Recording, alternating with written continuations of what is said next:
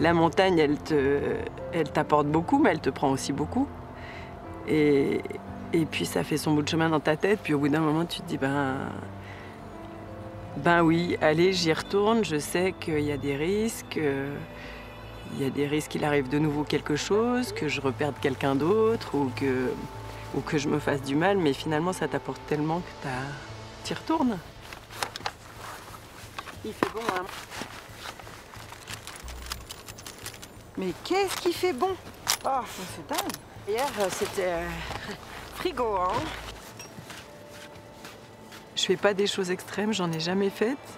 J'en ferai jamais parce que j'ai pas le niveau, parce que c'est pas ça forcément que je recherche non plus. Parce que j'aime vivre en fait avec les gens en montagne, que ce soit en escalade ou que ce soit dans n'importe quel contexte finalement.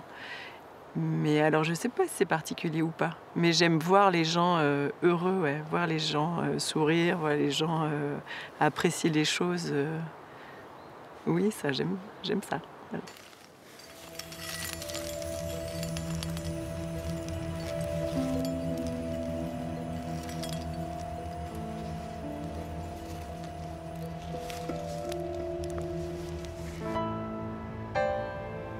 Tu seras bien comme ça, petit rouge par là à travers, il me semble. Oh, mais ça, c'est du bon, ça. Comme ça, bien béton. J'ai suivi son parcours de guide avec beaucoup d'admiration. C'est quelqu'un qui donne tout dans ce qu'elle croit, qui est toujours disponible pour les autres, qui est extrêmement généreuse. Elle est extrêmement douée. En montagne, c'est un bonheur d'être avec elle. Parce que non seulement elle est douée, mais elle est heureuse d'être là-haut, quoi. Elle est chez elle en montagne.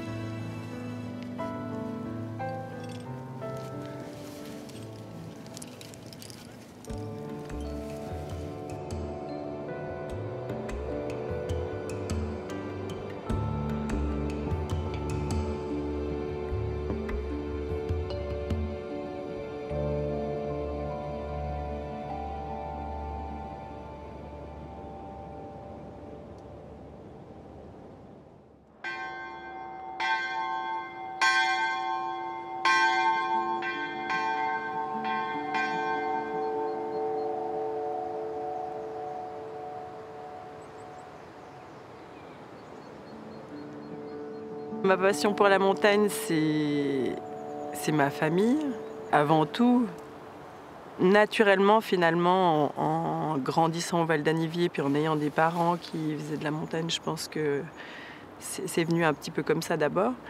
Et puis après, c'est Flo, quoi. C'est mon frère qui m'a trimballé avec lui, avec ses copains, un peu partout. Après, qui m'a poussé, qui m'a encouragé plutôt, parce que pousser, c'est peut-être pas très positif, mais à continuer, quoi, à persévérer dans le milieu de la montagne.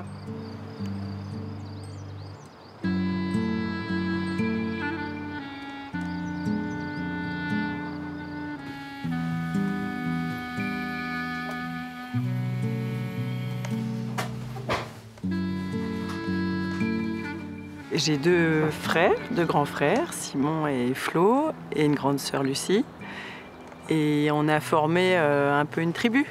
On a fait beaucoup de choses ensemble, ce qui a permis de partager beaucoup, autant dans le meilleur que dans le pire. Mais il y a quelque chose de très fort entre nous.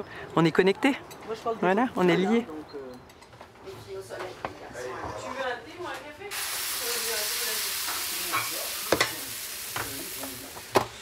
Oh, dis donc, elles sont belles celles-là. Comment elles sont plus belles qu'avant? Elles sont plus belles que ça. Tiens, tu prends l'assiette, Flo, s'il te plaît. Merci. Tiens, on dirait pas, mais c'est un petit cœur. Il est un peu mal formé. Comme ça, il t'inspire. Au niveau des neurones, c'est un peu pareil. Mais il n'y en a pas beaucoup. J'ai beaucoup de respect pour maman qui nous a jamais transmis, ou en tout cas nous a jamais dit, ça n'a jamais été un frein. Elle nous a jamais exprimé en fait qu'elle avait peur pour nous, qu'elle se faisait du souci pour nous. Alors que, quand même, nous 4 là, c'était... On était souvent dehors et souvent dans des activités qu'on considère un petit peu à risque. Je m'en fous, j'ai d'équerre. Qui c'est qui était à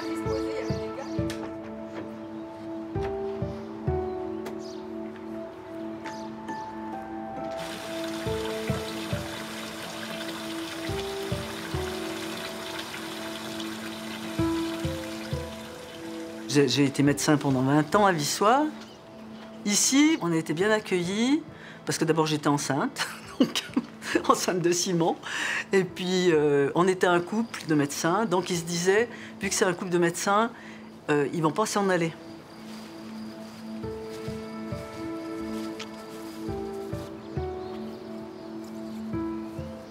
Pour tenir le coup, quand tu travailles beaucoup, quand tu es souvent de garde et tout ça, tu as besoin de partir.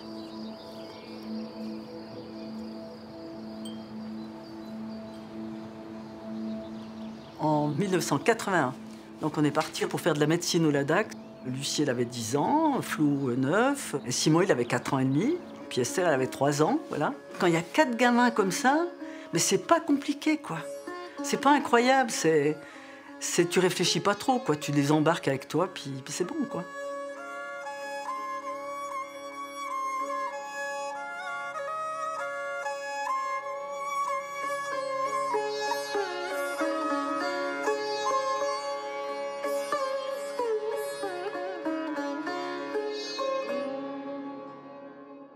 Les gamins, ils disent encore aujourd'hui que ça les a beaucoup unis.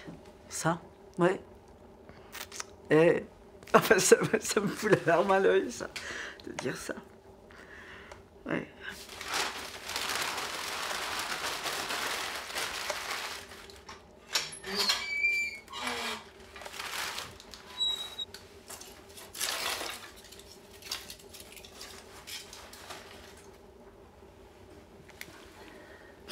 Esther, c'était une enfant très très facile, avec laquelle on a pu faire tout ce qu'on a voulu, quoi, partir, voyager. Elle donne beaucoup d'elle-même. Elle est toujours à l'affût de qu'est-ce qui pourrait faire plaisir à qui.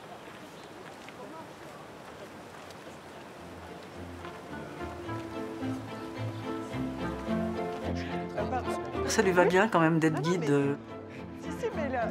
Elle est vraiment à guider des gens, mais pas seulement à la montagne, puisqu'elle travaille comme éducatrice spécialisée. Elle accompagne des jeunes en difficulté, comme elle peut accompagner des personnes qui n'ont pas les capacités d'aller toutes seules à la montagne. C'est une autre façon d'être guide.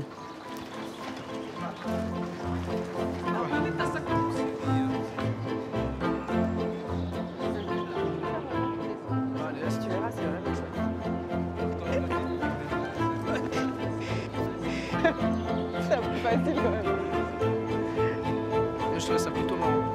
Avec nous, il faut bien. Le poisson, le Huawei Mate Pro. Ah bah lui, il va pas partir de chemin. S'il vous plaît, si vous n'êtes pas attaché, c'est dangereux. Enfin, si vous restez attaché, il n'y a pas de problème. Mais vous restez attaché tout le temps, juste il y a un petit passage comme dans la Via Ferrata, là où vous devez passer votre mousqueton. Mais pour l'instant, c'est un sentier.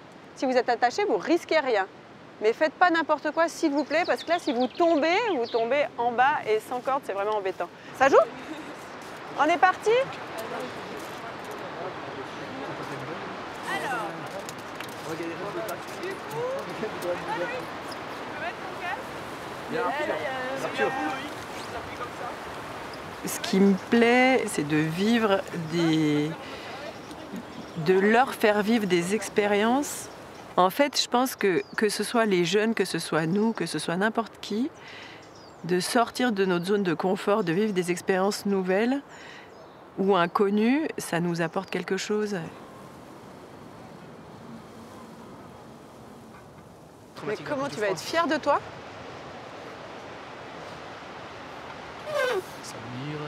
Vous tenez bien. Oui, je tiens bien. Désolé, Ouais, et maintenant, tu fais un petit pas en arrière. Super. Ouais, go. Go.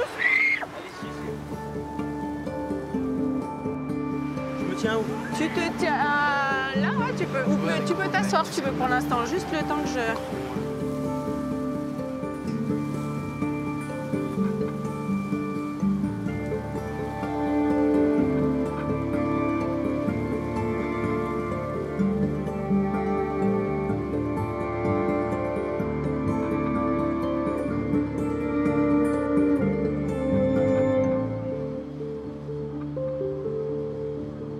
La corde a été un petit peu coincée dans les branches là.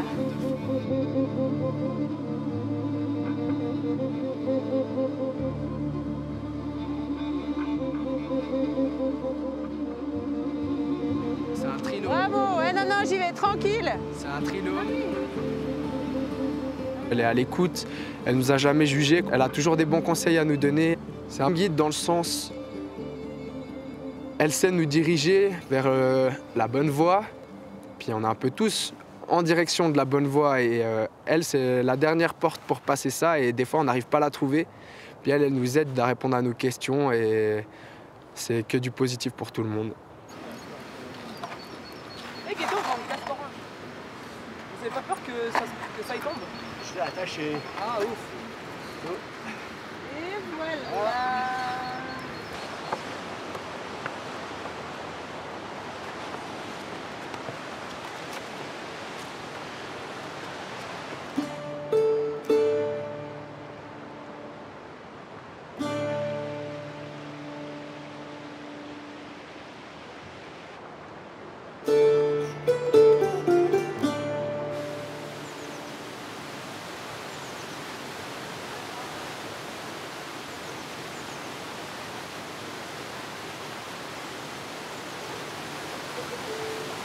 Moi je me demande comment ça tient la passerelle là. Eh ben, la passerelle elle tient, mais je sais pas si t'as vu, là, juste les planches elles sont un peu pourries.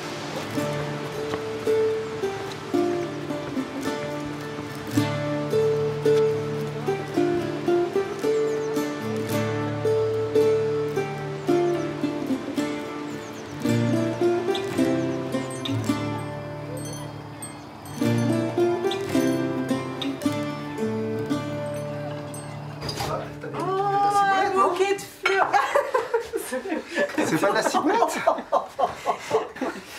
Peut-être ça c'est Rennes le tiers, voilà. Avec un petit agrémentage de fête des mères. Oh, c'est trop mignon. Voilà, Pourrais lui n'est-ce faire pas? un petit. J'ai pas cru que t'allais faire ça hier soir.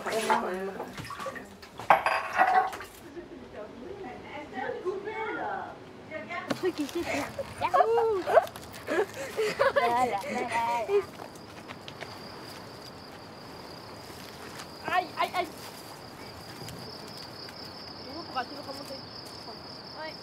L'année 99, c'était une année particulière. Alors après, il paraît que un malheur n'arrive jamais seul ou qu'il y a des lois des séries, ou je sais pas exactement, mais c'est vrai que c'était une année vraiment intense, mais plutôt dans le un peu dramatique quand même.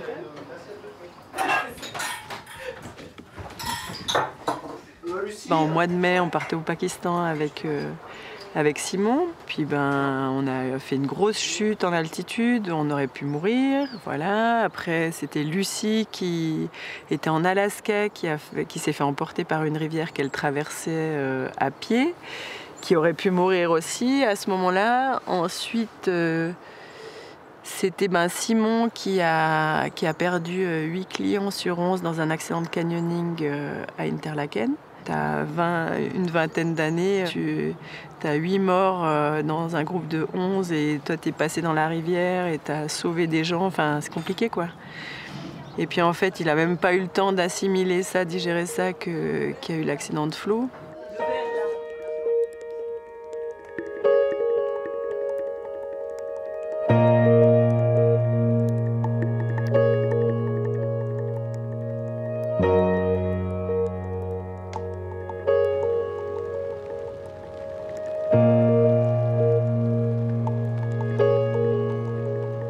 Le téléphone sonne et je vois encore le soleil qui rentrait dans la cuisine et c'était la petite amie de Flo qui appelait pour dire que Flo il était tombé en escalade à Arba.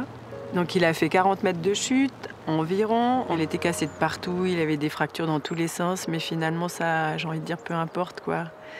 Et donc les lésions cérébrales ont laissé des séquelles importantes. Il est resté 3 mois dans le coma. Après le coma, il a été transféré à la Souva. Il est resté à peu près 6 mois après son accident. Et là, maman, elle s'est dit non, c'est juste insupportable en fait de le savoir là. Et du coup, elle l'a kidnappé de la Souva, voilà, contre l'avis médical. Et du coup, parti avec sa petite chaise roulante là, débarquer le flot dans la voiture avec Simon. C'était le début d'une aventure intense, on va dire, pour pas dire plein d'autres choses.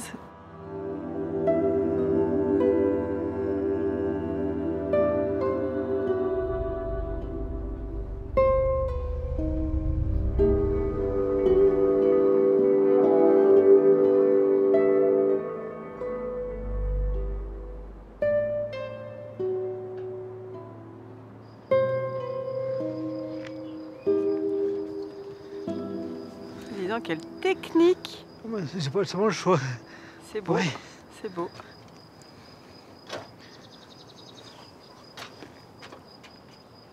Il est passé du grand frère au frère assisté et au frère handicapé. Et moi, je suis passée de la petite sœur à la sœur aidante, on va dire. Ben, le cap, il n'est pas évident à franchir et puis et on s'y fait pas trop. Je suis tout sur point les pieds. Ça te fait mal? Je peux pas poser le talon du tout. Ah bah c'est pas grave, il y a pas besoin. Il était moteur, il était médiateur, il était temporisateur, il était plein de choses. Il donnait beaucoup. Et puis maintenant, il nous donne autre chose. Ah, ouh là, elle l'avait sous le cou là. Ah, c'est pas costaud. Ah bah pour être costaud, tu peux y aller. C'est cool là. T'essayes? Allez.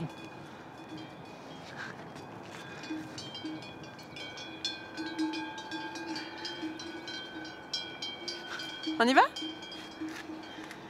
Vas-y, je te suis. Assez tôt, à 18 ans, j'ai fait guide de montagne. J'ai toujours été assez bon physiquement. Et pour amener les gens en montagne, pour eux, beaucoup de gens, c'est compliqué. Ils essaient en montagne avec quelqu'un qui connaît et qui leur apprend à presque adoucir leurs difficultés. C'est beaucoup plus facile pour eux, donc ils puissent apprécier la beauté de la montagne qui est fantastique.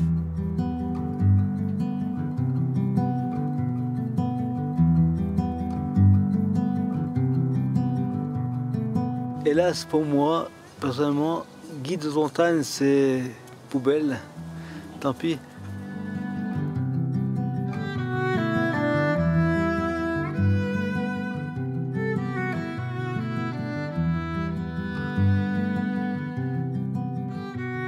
Ma petite sœur, j'ai beaucoup de choses avec elle.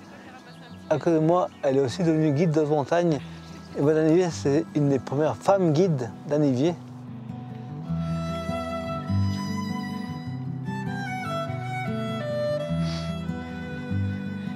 Il y avait vraiment une relation un peu du grand frère qui emmenait sa petite sœur en montagne. Il me faisait une confiance folle, quoi. À chaque fois, moi, je lui disais, mais je peux pas venir avec toi t'accompagner là, enfin, c'est trop dur, c'est trop long. Et puis lui, chaque fois, il se disait, si, non, mais c'est bien là, non, ça va aller, ça va aller. Et du coup, c'était une chance extraordinaire pour moi parce qu'il m'a emmené, que ce soit aux Inalrotorn, aux Drus. Moi, je le suivais les yeux fermés, c'était mon grand frère, quoi. Puis voilà, je me posais pas trop de questions. Demain. Attends, les ratas, laisse demain. Il fera meilleur demain encore. Je sais plus exactement comment ça s'est passé, mais sûrement qu'un jour il a dû me dire oui, non, bah, toi tu peux aller faire le cours de guide et moi j'y croyais pas du tout. Enfin déjà je me disais mais jamais je suis capable de faire le cours de guide quoi. Qu'est-ce que tu me lances ou là-dedans, enfin, c'est pas possible. Et c'est vrai il insistait beaucoup quand même. Et je pense qu'au bout d'un moment, j'ai dû y croire, enfin, où il a cru pour deux, puis je sais pas pourquoi je me suis inscrite. Et j'ai échoué une première fois, mais j'avais 18 ans et j'avais pas le niveau, j'avais pas d'expérience, c'était logique. Avance. Oui, j'avance.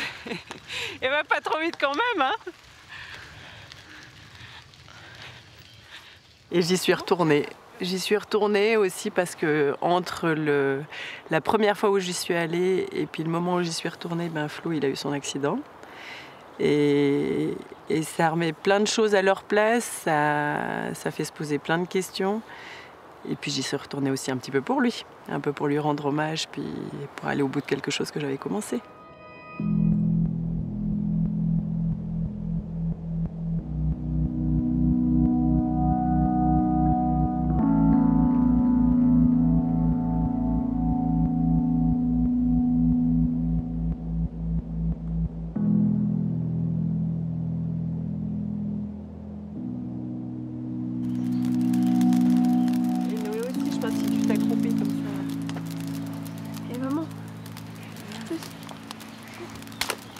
Tant qu'il y a de la Shifumi. Tiens, je veux bien. Alors tu prends ça, puis je vais te montrer. Moni. D'être une maman guide, ben c'est pas forcément évident, mais d'être un papa guide non plus finalement. C'est sûr qu'il y a l'aspect du risque, du danger qui est là. C'est sûr que le métier de guide, il n'est pas forcément évident à concilier avec une vie de famille. Noé, si tu le tires dans ce sens-là, tu peux pas arriver.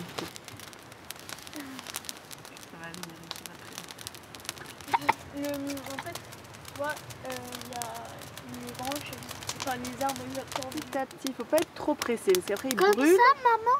Ouais, tu le tournes tranquillement comme ça. Chaque fois qu'on vit des moments comme ça, je les sens heureux, je les sens bien, je les sens là. Et je pense aussi que dans ces moments-là, moi, je suis disponible. Alors que peut-être dans d'autres contextes, un petit peu écartelé entre plein de choses de la vie, et on est peut-être un petit peu trop stressé ou pas pleinement là.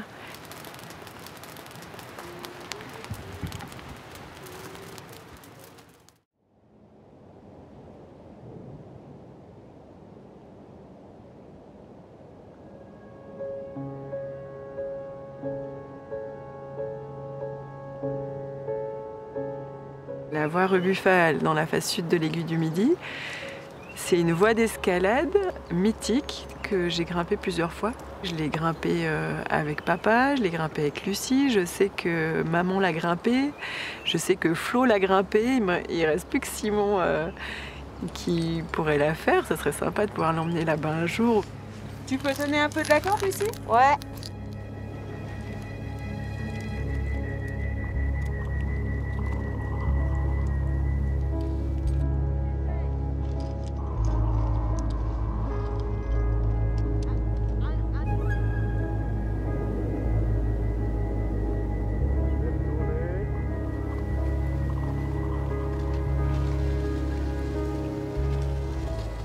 Quand je grimpe avec Lucie, il y a quelque chose c'est un petit fil en plus qui nous relie, on va dire.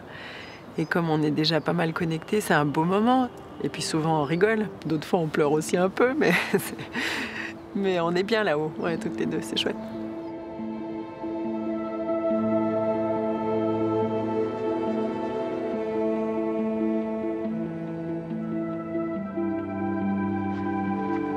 Regarde comme c'est beau, ma sœurette.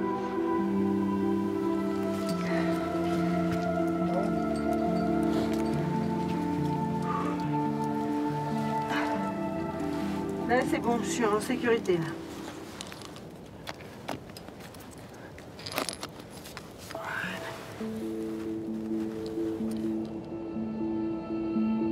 Beaucoup de gens nous ont posé cette question, ouais, mais bon voilà, Flo il est tombé, mais qu'est-ce que vous cherchez encore, pourquoi vous y retournez?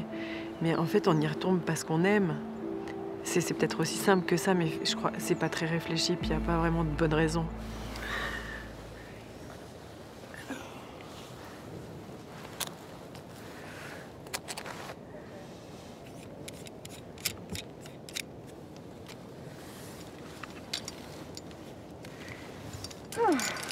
Voilà, bien. Super. Bah tu verras quand on arrive là. Pas fâché d'arriver, moi je te dis. Ouais, super. Bien.